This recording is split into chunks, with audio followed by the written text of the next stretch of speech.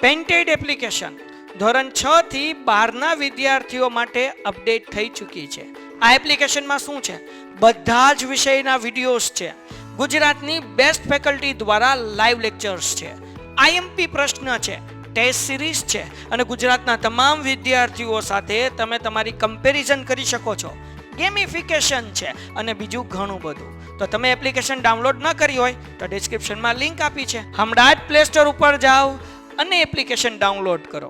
ઘરે બેઠીને સરસ મજાનું ગુજરાતની જોરદાર ફેકલ્ટી સાથે ભણો, સારા માર્ક્સે પાસ થાઓ. પ્રકારોમાં પહોંચ્યા હતા.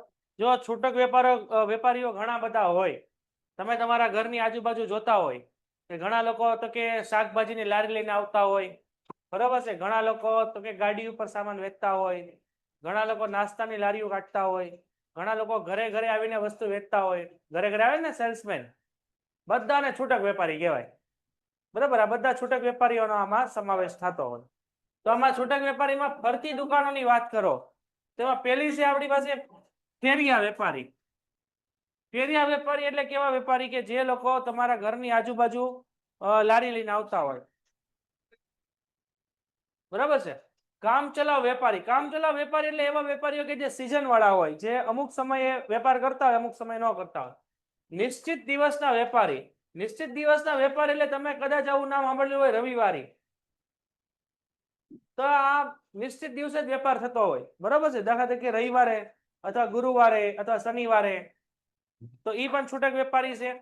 અને શેરી વિક્રેતા, તો તમારી શેરીમાં વસ્તુ વેચવા માટે આવે, તમારા ઘરે આવે સેલ્સમેન વસ્તુ વેચવા, શેરીમાં ધાબળા વેચવા માટે આવે, બરાબર છે. આવા બધા વેપારી છૂટક વેપારી છે. પછી એ પૂછે કે સ્થાયી દુકાનો. સ્થાયી દુકાનો બે પ્રકારની છે. મોટા પાયા પરના છૂટક વેપારીઓ, જે મોટા પાયા એટલે કે આમ તમે જોવો ને તો એ જથ્થાબંધ વેપારી જેવા દેખાતા હોય. દાખલા તરીકે તમારા ઘરની આજુબાજુમાં મોલ આવેલા હોય, રિલાયન્સ મોલ હોય, ડીમાર્ટ હોય, તો આ બધા સ્થાયી વેપારી હોય કે જે શેરી વિક્રેતા અલગ અલગ. ફેરિયા હોય ને એ કોઈ પણ જગ્યાએ જઈ શકતા હોય. દાખલા તરીકે એ રેલવે સ્ટેશને તમને જોવા મળે, બસ સ્ટેશને જોવા મળે, તમને તમારી શેરીઓમાં આવતા જોવા મળે, ઘરે ઘરે આંટો મારતા હોય. ફેરિયા હોય ને પોતાની હારે વસ્તુ લઈને ફરતા હોય. જ્યારે શેરી વિક્રેતા હોય ને ફોર એક્ઝામ્પલ લારી લઈને આવતા હોય, એ પોતાની ગાડી લઈને આવતા હોય વેચવા માટે, એ એવા હોય. બંને વચ્ચે આમ થોડોક ફરક છે, પણ આમ બહુ મોટો ફરક નથી. પછી સ્થાયી એટલે કે એવા વેપારીઓ કે જેની સ્થાયી દુકાન, એટલે કે એવા વેપારીઓ કે જેની દુકાન કોઈ એક જગ્યાએ છે ને ફિક્સ થયેલી હોય, બરાબર છે. તો મોટા વેપારીઓ કયા કયા છે? દાખલા તરીકે ખાતાવાળી દુકાનો. ખાતાવાળી દુકાનો એટલે કે જ્યાં ઘણા લોકોના એકાઉન્ટ ને બધા ચાલતા હોય. સંકળાયેલી દુકાનો એટલે એવી દુકાનો કે જ્યાં બધી બાજુમાં તમને એક બીજી દુકાનો જોવા મળે. દાખલા તરીકે તમને બજાર જોવા મળે. પછી ટપાલ વ્યવહારની દુકાનો. પછી ફ્રેન્ચાઇઝી. ફ્રેન્ચાઇઝી કોને કહેવાય? ફ્રેન્ચાઇઝી કોને કહેવાય? દાખલા તરીકે મેં તો કે મારો સ્ટોલ નાખ્યો છે, અથવા મેં મારી કોઈ બિઝનેસ સ્ટાર્ટ કર્યો છે. હવે એ વસ્તુ તમારે તમારા સિટીમાં સ્ટાર્ટ કરવું છે, તો મારા નામનો ઉપયોગ તમારે કરવો છે. તો બદલામાં તમારે મને એની રોયલ્ટી આપવી પડે, બરાબર છે.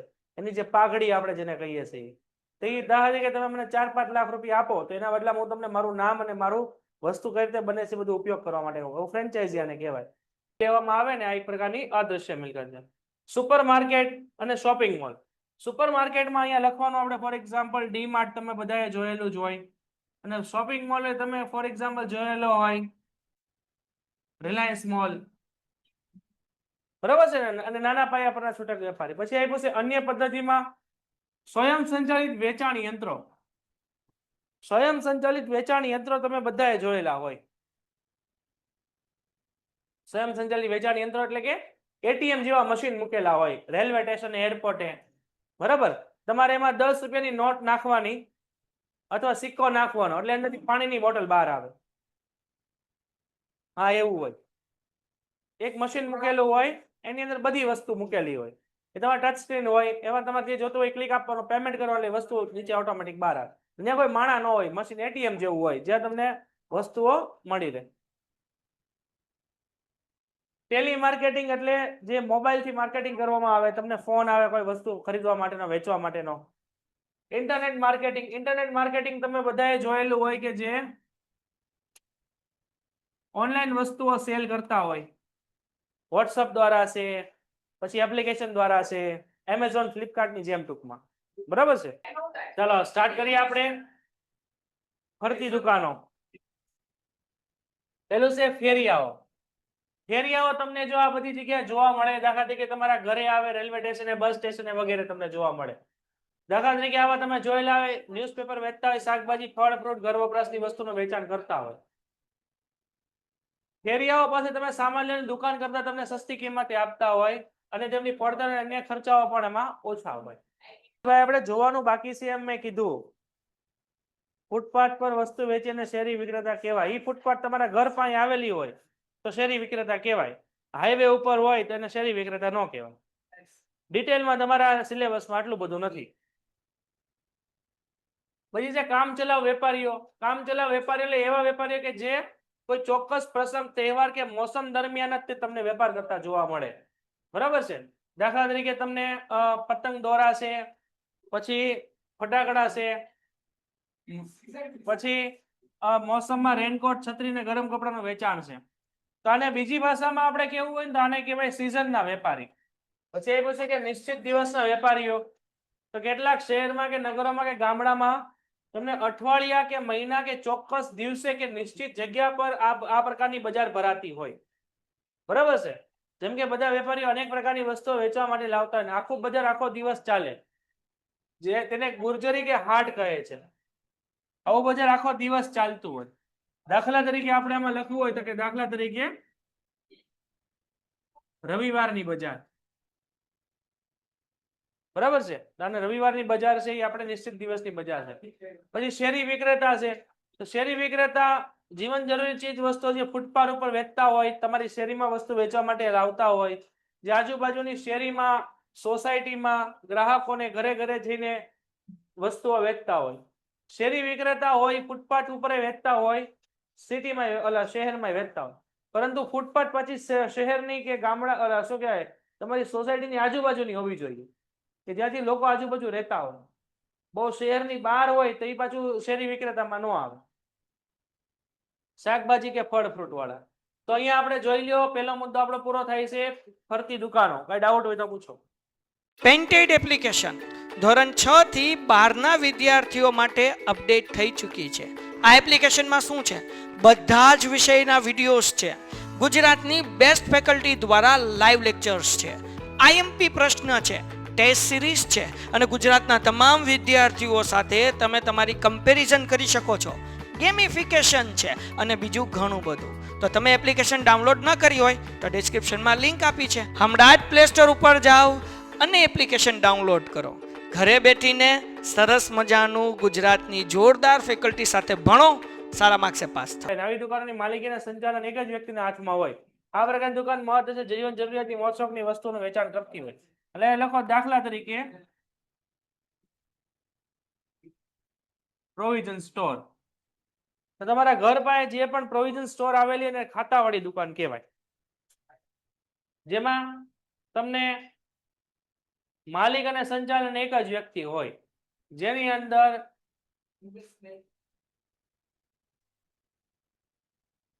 અનેક પ્રકારની વસ્તુઓ તમને એક જ સ્થળે મળતી હોય. અને એમાં કઈ કઈ વસ્તુઓ મળતી હોય તો કે જીવન જરૂરી વસ્તુઓ અને મોજ શોખની વસ્તુઓ, બરાબર છે. આ પ્રોવિઝન સ્ટોર તમારી જે ઘર પાસે આવેલી ને યાદ રાખવાનું. તો ખાતાવાળી દુકાનની આપણે લાક્ષણિકતા જોઈએ તો સૌથી પહેલું મોટા પાયા પર વેચાણ થતું હોય. બીજું જો તો અલગ અલગ પ્રકારની વસ્તુઓ હોય. ત્રીજું માલિક અને સંચાલનની એક જ વ્યક્તિ હોય. શહેરી વિસ્તારમાં આવી તમને આવેલી દુકાનો જોવા મળતી હોય. કર્મચારીઓને તાલીમ, યોગ્ય વર્તન અને વિશિષ્ટ તાલીમ આપવામાં આવતી હોય, જેનાથી વેચાણ માટે યોગ્ય રીતે કાર્ય કરી શકે.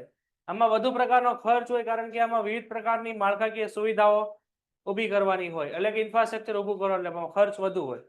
ગ્રાહકને સગવડ તો કે આમાં ગ્રાહકને દાખલા તરીકે મનોરંજન, રેસ્ટોરન્ટ, વાઈફાઈ જેવી સુવિધાઓ આપવામાં આવતી હોય. તમારા ઘર પાસે જે પ્રોવિઝન સ્ટોર તમે જોયેલી હોય, નાનું મોટું કાફે જોયેલું હોય, નાનું મોટું રેસ્ટોરન્ટ જોયેલું હોય, નાનો મોટો તમે મોલ જોવો છો, જે બી તમને એક બિલ્ડિંગ ની અંદર જોવા મળે કે કોઈ એક એરિયામાં જોવા મળે ને ખાતાવાળી દુકાન કહેવામાં આવે. એ ગ્રાહકને કોઈ વસ્તુ ખરીદવી, કેવી રીતે ખરીદવી, માર્ગદર્શન આપવામાં આવતું હોય, સલાહ સૂચન આપવામાં આવતું હોય. આજે ખાતાવાળી દુકાન છે તમારા ઘર પાસે પ્રોવિઝન સ્ટોર તમે જોવો અથવા આમાં લખવાનું કે ભાઈ નાનો મોલ તમે જોઈ લ્યો, બરાબર છે, કે કોઈ કાફે તમે જોઈ લ્યો, આ બધું આ એક બોક્સ ની અંદર એટલે કે એક બિલ્ડિંગ ની અંદર આવેલું હોય એટલે એને ખાતાવાળી કહેવાય. બીજી આપેલી છે કે સંકળાયેલી દુકાનો. સંકળાયેલી દુકાનો એટલે કે બધી તમને એક જગ્યાએ એક જ દુકાનો બધી જોવા મળે. તો એ સંકળાયેલી દુકાનો મોટા ભાગે છૂટક વેપારી હોય છે અને આવી દુકાનો એક જ માલિક દ્વારા જુદા જુદા સ્થળોએ કે શહેરોમાં ખોલવામાં આવતી હોય. સામાન્ય રીતે આવી દુકાનો જીવન જરૂરિયાતની એક જ વર્ગની મર્યાદિત જરૂરિયાતો વેચવા માટે થતી હોય ને દુકાનની બાહ્ય સજાવટ એક સરખી હોય છે. એટલે આની અંદર આપણે લખવાનું છે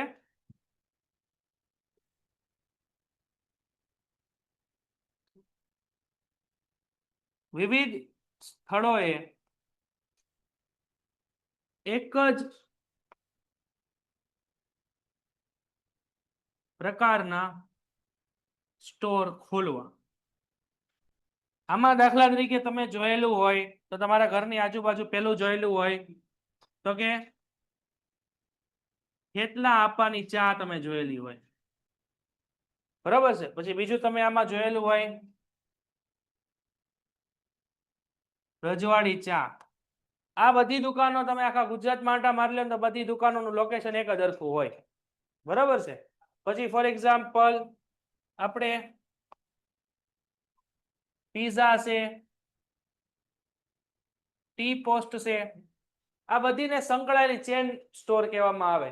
જે બધી જગ્યાએ તમને એક જ હરખી જોવા મળે ને માલિક બધા એક જ હોય, વસ્તુ એક જ હોય, કિંમત એક હોય, દેખાવ એક હોય, બધું હરખું જ હોય.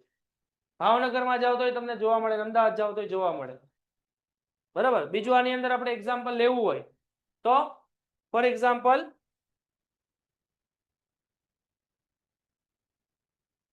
ડોમિનોઝ ના પિઝા,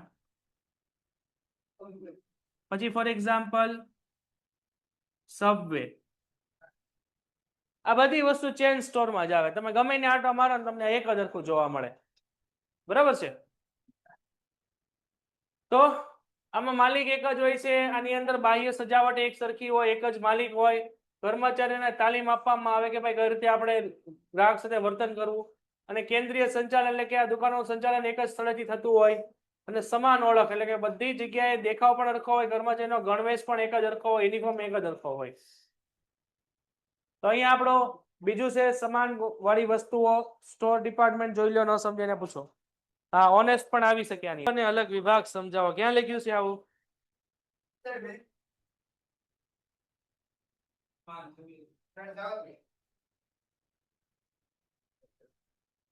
ક્યાં લખ્યું છે એવું અલગ વસ્તુ અને અલગ વિભાગ?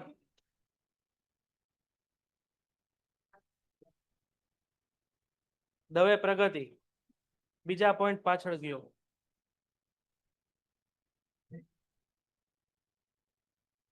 હા, અલગ વસ્તુ ને અલગ વિભાગ.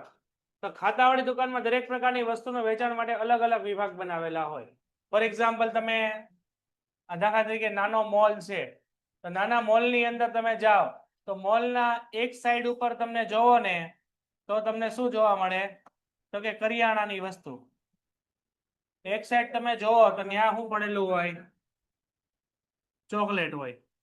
એક જગ્યાએ તમે જોવો તો ત્યાં શું પડેલું હોય તો કે તેલ પડેલું હોય. એક જગ્યાએ તમે જોવો તો ત્યાં શું પડ્યું હોય? કોલ્ડ ડ્રિંક પડેલું હોય. એટલે કે મોલની અલગ અલગ લોકેશનમાં અલગ અલગ વસ્તુઓ મૂકી દીધેલી હોય, જેને અલગ અલગ વિભાગ પાડી દીધેલા હોય અલગ અલગ વસ્તુ માટે. તમે આમ જાઓ તો તમને કરિયાણાની વસ્તુ મળે, આમ જાઓ તો તમને ફૂડ પેકેટ મળે, જંક ફૂડ ને નાસ્તો ની બધું. આમ જાઓ તો તમને કોલ્ડ ડ્રિંક ને બધું મળે.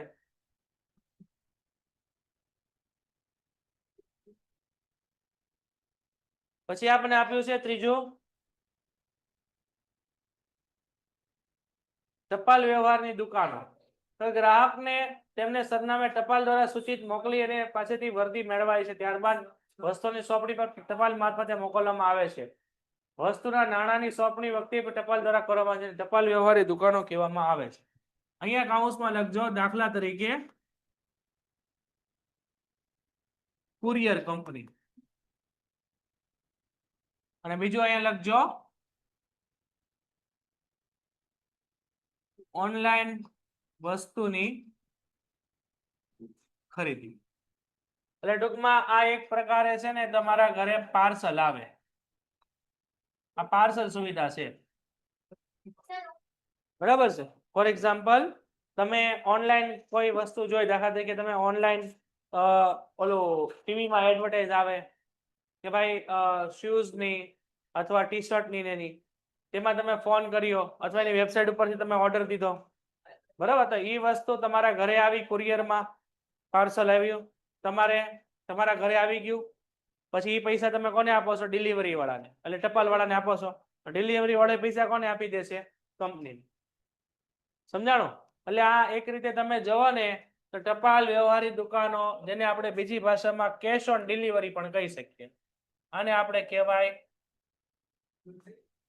Cash on delivery. તમારે ત્યાં ઘરે જે સામાન આવે ટપાલ દ્વારા, બરાબર છે. આ સમજાણો ને ટપાલ વ્યવહારી દુકાનો શું કહેવાય? આની અંદર તમારે ઓર્ડર દેવાનો, એ પ્રમાણે વસ્તુ તમારા ઘરે આવે. તમારા ઘરે જે વસ્તુ આવે એટલે જે ટપાલ વાળો, જે કુરિયર વાળો આવ્યો એને તમારે પૈસા દઈ દેવાના, એટલે એ કુરિયર વાળો એ પૈસા કંપનીને આપી દે.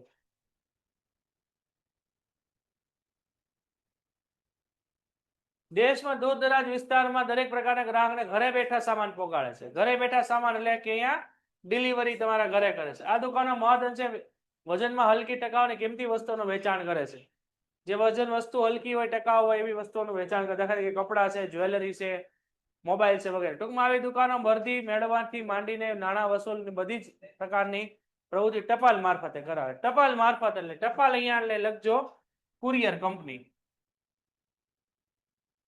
આવેલી હોય. ઉદાહરણ તરીકે તમારા ઘરની આજુબાજુ તમે જોયેલું હોય, ફોર એક્ઝામ્પલ ડોમિનોઝ પિઝા જોયેલું હોય, પછી ઓનેસ્ટ જોયેલું હોય, ડીમાર્ટ જોયેલું હોય, બરાબર છે, ટી પોસ્ટ જોયેલું હોય, એવું જોયેલું છે દરેકે?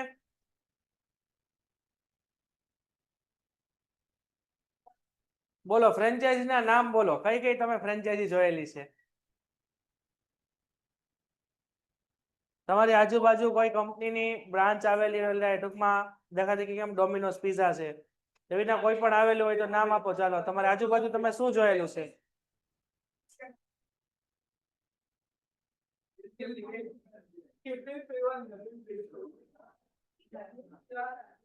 ચલો નામ આપો ફટાફટ. ફ્રેન્ચાઇઝી તમારા આજુબાજુ તમે જોયેલી હોય કે જે તમારા સિટીની બહારની કોઈ કંપની હોય તો મુખ્ય એની ઓફિસ સિટીની બહાર આવેલી, પણ તમારા ઘરની આજુબાજુ કે ક્યાંક તમે જોયેલી હોય.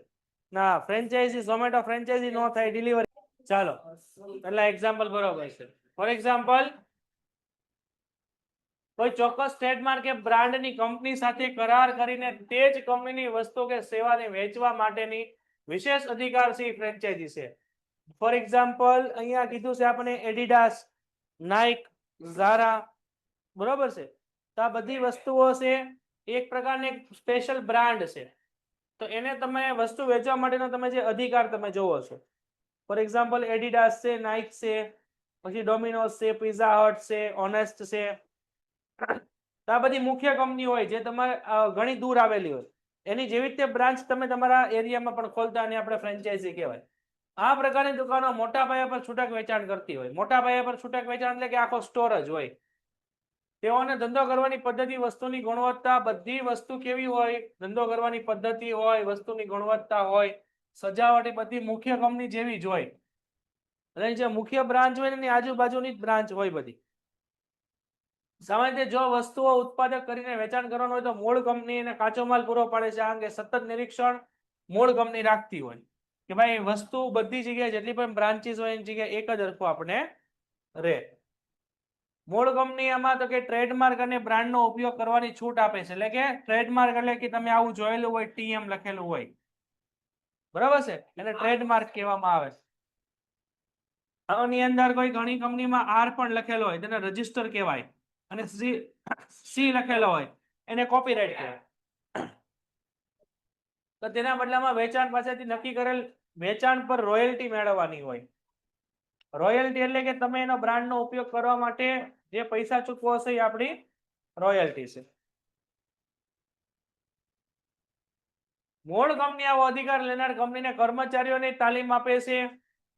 પછી કેટલાક નાસ્તા ગૃહો કોમ્પ્યુટરની તાલીમ આપતા કેન્દ્રો આ પદ્ધતિથી ગ્રાહકને વસ્તુ કે સેવા પૂરી પાડે છે.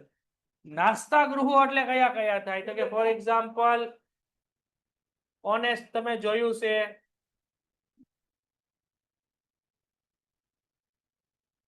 ડોમિનોઝ પિઝા તમે જોયેલું છે, પછી ટી પોસ્ટ તમે જોયેલું છે. આ બધાને નાસ્તા ગૃહો કહેવામાં આવે. હા, મૂળ કંપની જાહેર કરતી હોવાને કારણે ફ્રેન્ચાઇઝી લેનારને જાહેર ખર્ચ ઓછો આપવો પડે છે.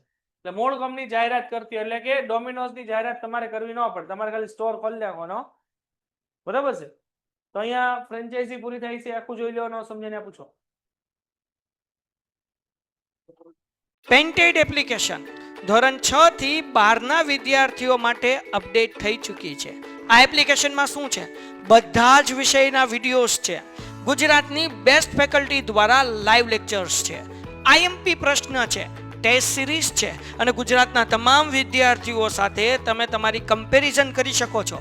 ગેમિફિકેશન છે અને બીજું ઘણું બધું. તો તમે એપ્લિકેશન ડાઉનલોડ ન કરી હોય તો ડિસ્ક્રિપ્શનમાં લિંક આપી છે, હમણાં જ પ્લે સ્ટોર ઉપર જાઓ અને એપ્લિકેશન ડાઉનલોડ કરો. ઘરે બેઠીને સરસ મજાનું ગુજરાતની જોરદાર ફેકલ્ટી સાથે ભણો, સારા માર્ક્સે પાસ થાઓ.